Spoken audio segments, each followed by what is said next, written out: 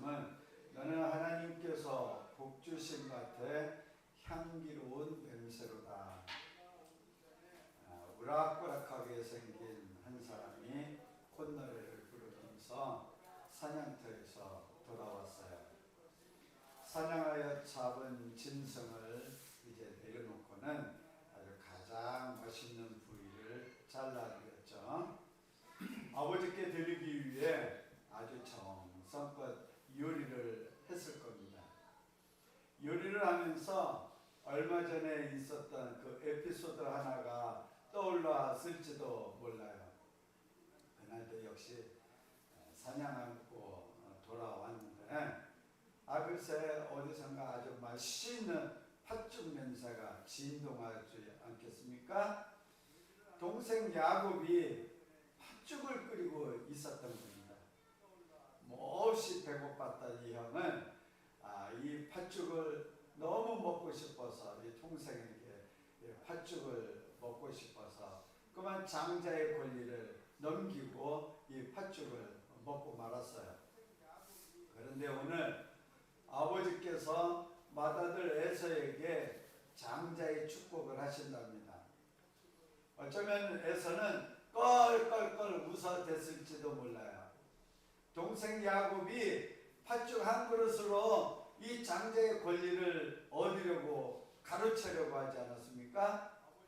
이 장자의 권리를 뺏으려고 팥죽을 끓이던 그 야곱을 생각하면 얼마나 그 모습이 얼마나 무서웠을까 말이죠. 그러다 문득 혹시 하는 그런 생각이 들지 않았을까? 그 생각이 스쳤을지도 몰라요. 야곱이 이 장자의 축복을 가로채는 것은 아닐까 하는 그런 불길한 생각도 잠깐 들었어요. 그러나 에서는 자신의 모습과 동생의 모습이 너무 다르다라는 것을, 완전히 다르다라는 사실에 그는 안심했을 겁니다. 에서는 몸에 털이 많았어요. 아주 우락부락한 근육질의 남자였을 겁니다. 반면에 야곱은 아주 몸에 털이 없는 아주 매끈한 그런 사람이었다라는 거죠. 아무리 아버지의 눈이 어두웠다 하더라도 자신 털이 많은 자신과 야곱은 구별할 수 있을 것이다 라는 그런 생각을 했어요. 그래서는 이 머리에 몸드는 생각을 떨치면서 아주 정성껏 요리를 했을 겁니다. 아주 맛있게 요리를 해서는 아주 기분 좋게 이 아버지의 텐트에 들어가게 되죠. 아버지 이삭에게 자신이 아버지께서 원하시는 그 요리를 해갖고 왔음을 알렸어요. 그런데 에서가 들어오자 아버지 이삭은 깜짝 놀라는 겁니다.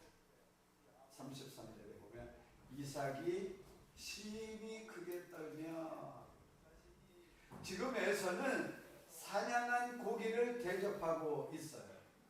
아버지 이삭은 이 에서에게 장자의 축복을 하기 원했다는 거죠. 에서에게 축복하기 위해서 사냥하여 짐승을 잡아오라고, 그래서 요리하라고 말씀하셨어요. 아버지께서 말씀하신 대로 지금 고기를 대접하기 위해 지금 들어왔다는 거죠. 그런데 이삭은 에서가 들어오자 소스라치게 놀랐던 것일까 말입니다. 이삭은 40세의 나이에 리브가를 만나서 결혼했잖아요. 창세기 24장 67절에 보면 그를 맞이하여 아내를 삼고 사랑하였으니 이삭이 그의 어머니를 장례한 후에 위로를 얻었더라. 그래서 이삭은 왜 늦은 나이가 되어서야 결혼을 했을까요? 왜 어머니 사라가 죽음을 맞이한 후에 그때서야 결혼을 할 생각을 했을까 말입니다. 우리는 여기서 이삭의 성격을 조금은 짐작할 수도 있을 겁니다. 어쩌면 이삭은 좀 내성적이고 또 아주 조용한 성격의 소유자다라는 것을 알 알 수 있어요. 어머니 사라가 죽음을 맞이하자 아마 이삭은 커다란 슬픔에 쌓였을지도 모릅니다. 아버지 아브라함은 그런 아들을 위해서 종을 밧단아람으로 보내죠. 그래서 리브가를 데려왔어요. 리브가는 이삭과 결혼하기 위해서 밧단아람에서부터 오고 있는데요. 이때 결혼을 앞둔 40세의 노총각 이삭은 무엇을 알고 있었을까라는 거죠. 창세기 24장 63절에 보면 이삭이 저물 때에 들에 나가 묵상하다가, 이 묵상이 뭘까? 어쩌면 이삭은 하루 종일 바쁜 시간을 보내지 않았을까요? 양떼를 비롯한 많은 가축들을 돌봐야 하잖아요. 아버지 아브라함을 대신해서 종들을 관리해야 하지 않았겠습니까? 온종일 이리저리 바쁘게 다니며 아주 힘든 하루를 보냈을 겁니다. 이제 분주한 하루의 시간을 보내고 모두가 잠자리에 들어간 그 조용한 시간이 되었어요. 고요한 저녁 시간, 이삭은 넓은 들판으로 나갔다라는 겁니다. 조용히 하나님과 만나는 시간, 이삭에겐 정말로 행복한 시간 아니겠습니까? 하나님과 1대1로 만나는 시간에 이삭은 어떤 기도를 드렸을까라는 거죠. 아버지를 따라 이리저리 옮겨 다니면서 그때마다 제단을 쌓는 그 아버지를 떠올렸을까요? 어떤 상황에서도 하나님을 향한 그 믿음을 갖고 아멘. 살아가게 해달라고 기도했을까 말입니다. 예수님도 고요한 시간을 찾으셨어요. 마가복음 6장 46절에 보면 무리를 작별하신 후에 기도하러 산으로 가시니라. 수만 명이 예수님 계신 곳으로 몰려갔습니다. 하루 종일 말씀을 전하시느라 예수님은 얼마나 힘드셨을까요? 굶주려 있는 백성들을 위해 오병이어로 이 배고픈 문제를 해결해 주셨습니다. 사람들은 얼마나 놀랐을까요? 예수님이 왕이 된다면 더 이상 이 굶주림으로부터 벗어나 더 이상 굶주리지 않겠다고 그런 생각을 하지 않았겠습니까? 그때 예수님은 홀로 산으로 올라가셨다라는 겁니다. 사람들은 예수님이 왕이 되기를 원했지만 예수님은 홀로 기도하는 시간을 찾으셨어요. 예수님은 이 고요한 시간을 통해 메시아로서의 그 사명을 완수할 수 있었다라는 사실입니다. 나의 고요한 시간은 언제인지, 주님과 홀로 만나는 그 시간은 언제인가 말입니다. 분주한 삶을 잠시 내려놓고 주님과 만날 때 기쁨과 평안이 넘쳐나게 될 것입니다. 주님과 만나는 그 시간을 통해 나에게 주어진 하나님의 뜻을 발견하게 된다는 사실이죠. 고요한 시간, 하나님과 만나고 있던 이 이삭은 누군가를 발견하게 되는데요. 저 멀리에서 한 무리의 여행객들이 이삭이 있는 곳으로 다가오지 않겠습니까? 그 무리들은 엘리에셀과 리브가의 무리였어요. 그래서 리브가는 이삭은 그 리브가와 만나서 둘이 결혼하게 되는데요. 그런데 20년 만에 쌍둥이를 얻었어요. 이 쌍둥이들은 서로 큰 자가 되려고 했을까요? 서로 먼저 나오려고 막 발버둥 치다가 뒤에서 나온 아기가 얼마나 서러웠을까요?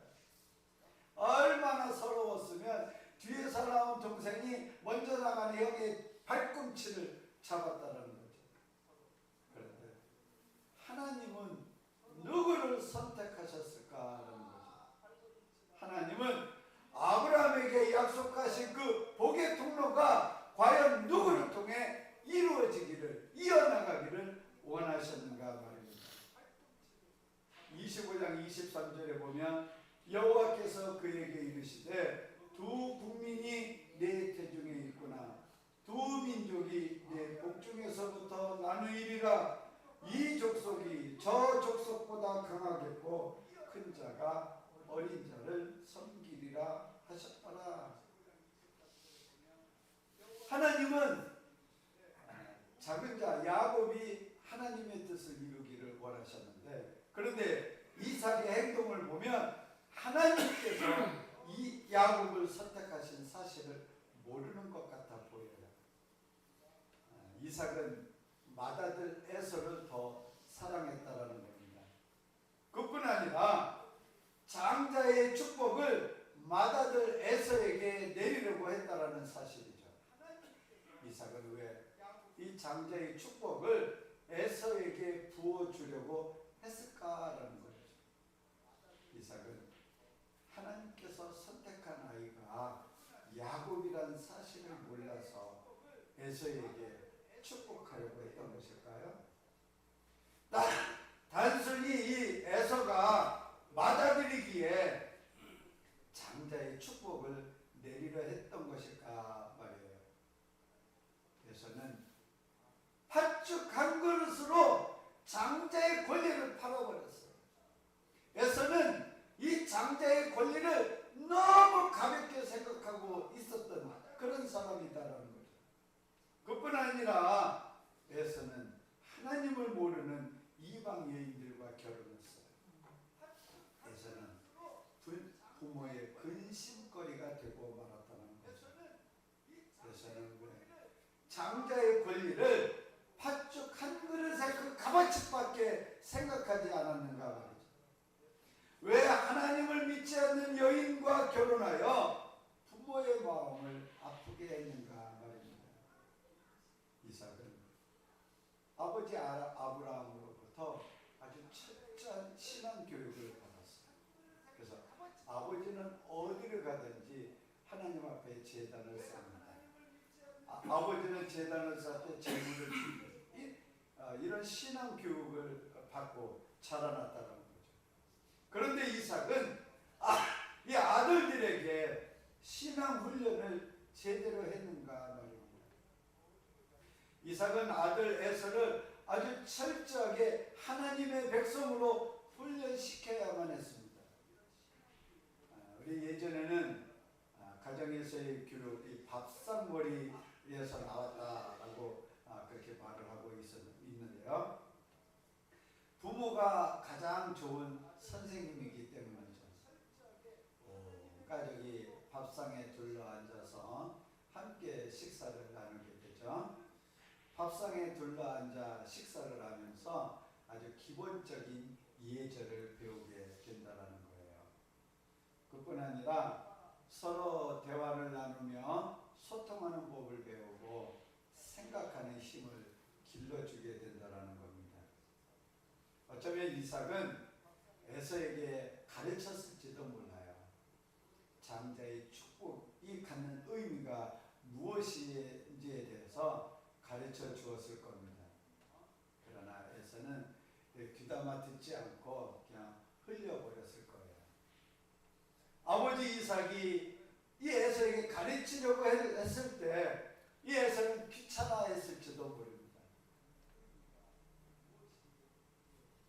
에서에 비해 야곱은 장자의 권리에 엄청 집착하는 것을 볼 수 있어요. 형 에서가 사냥하고 돌아오면 허기진 상태에 있었던 것을 이 야곱은 알고 있었어요. 팥죽 한 그릇을 이용하면 장자의 권리를 얻을 수 있다라고 그는 생각한 거죠. 에서가 사냥하러 간 사이 엄마와 함께 장자의 축복을 가르칠 계획을 세우잖아요. 어머니 리브가가 요리를 하고 야곱의 손에 들려보내고 야곱의 몸에 염소털로 감싸고 형의 옷을 입혀서 이제 아버지 텐트에 보내잖아요. 야곱은 어떻게 장자의 축복을 얻으려고 그렇게 애를 썼을까 말입니다. 장자의 축복을 얻기 위해서라면 아버지를 속여서라도 받아낼 만한 그런 가치가 있다는 것을 야곱은 어떻게 알았을까라는 거죠. 어머니 리브가의 영향이었을까요? 항상 어머니 곁에 붙어 있으니 어머니로부터 들어서 깨닫게 된 것일까 말입니다. 어쩌면 야곱은 할아버지 아브라함의 영향이 아닐까 하는 그런 생각을 해볼 수 있어요. 10대까지는 아브라함과 소통을 했다라고 보여지는데요. 야곱은 할아버지 아브라함의 텐트를 즐겁게 찾아다녔을 겁니다.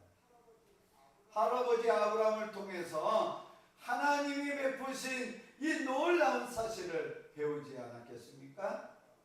갈대아 우르에서 가나안으로 부르신 하나님, 아브라함을 축복의 통로가 되게 하신 하나님, 아브라함의 후손을 통해 하나님의 은혜가 흐르게 하시려는 것을, 그 사실을 깨닫게 되었을 겁니다. 야곱은 자신을 통해 이 하나님의 축복이 흐르게 되기를 소망하였을지도 모릅니다. 이삭은 결정해야 했습니다.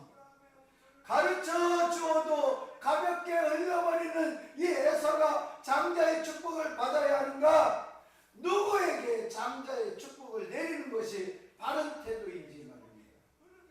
에서가 장자의 권리를 팥죽 한 그릇에 팔아버린 그 사실을 아버지가 몰랐겠는가 말이죠.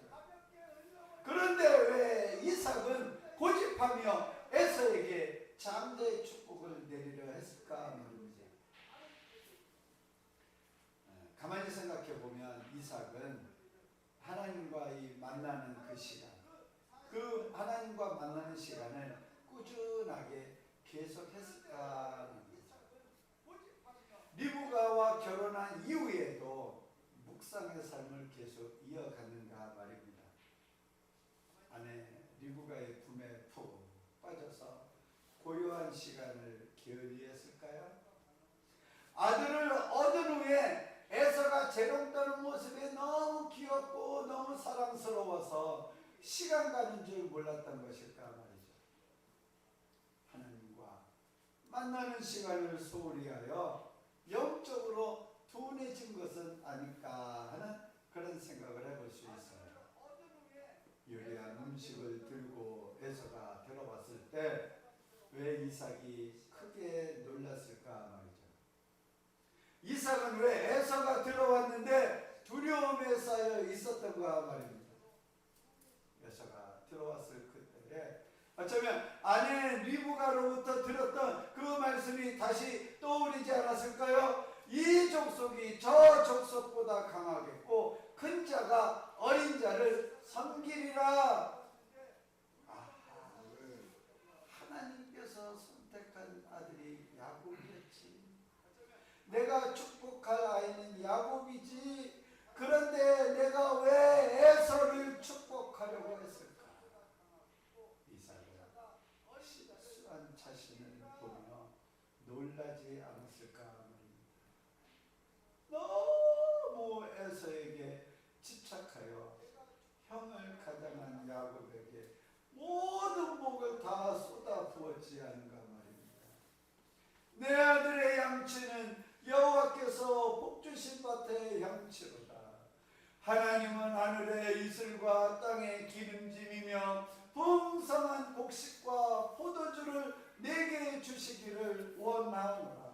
만민이 너를 섬기고 열국이 내게 굴복하리니 내가 형제들의 주가 되고 내 어머니 아들들이 내게 굴복하며 너를 저주하는 자는 저주를 받고 너를 축복하는 자는 복을 받기를 원하노라. 믿음의 길을 간다는 것은